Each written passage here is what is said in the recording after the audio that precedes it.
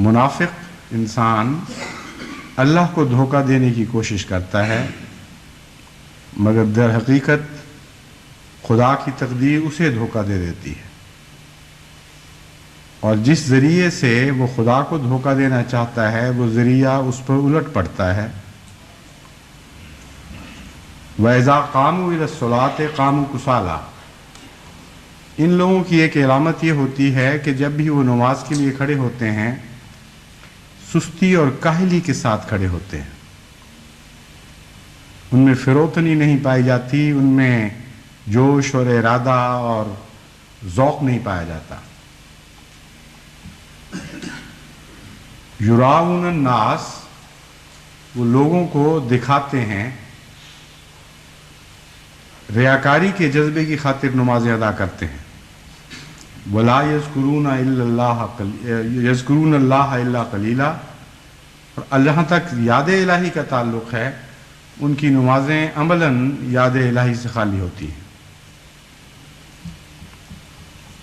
मुज़ब्ज़बीन ban ज़ालिक, वो दो बातों के दरमियान तज़ब्ज़ुब में पड़े रहते हैं, यानी दुनिया और खुदा के माबैन। ला इलाहा हाउलाए व ला इलाहा हाउलाए, ना वो इधर के रहते हैं ना वो उधर के रहते हैं, ना दुनिया ही के होते हैं ना खुदा के हो जाते हैं। और जिसे अल्लाह गुमराह ठहरा दे तो उसके लिए फिर कोई हक पाने की राह नहीं पाएगा, कोई रास्ता नहीं देखेगा जिसके ज़रिए वो हदायत पा सके।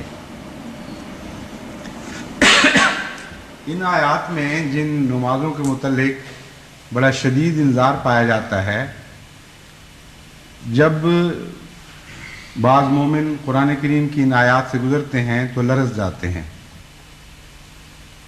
और इंसान ये सोचने पर मजबूर हो जाता है कि अक्सर इंसानों की नमाज में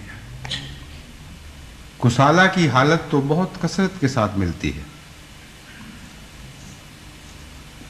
खा रिया का पहलू उसमें हो या ना हो, लेकिन हलाकत के जिन कीड़ों का जिक्र है उनमें कुसाला का कीड़ा, यानी ऐसी हालत में नमाज पढ़ते हैं कि वो काहली और सुस्ती और गफलत और बेतवज्जुही की का शिकार हो जाते हैं।